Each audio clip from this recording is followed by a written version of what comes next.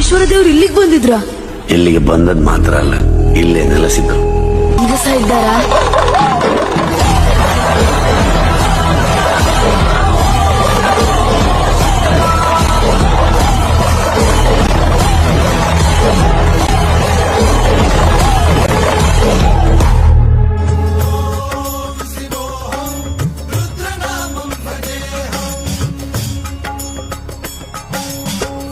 भद्राय अग्निनेत्राय घोरसंहारः सकललोकाय सर्वभूताय सत्य साक्षात्करा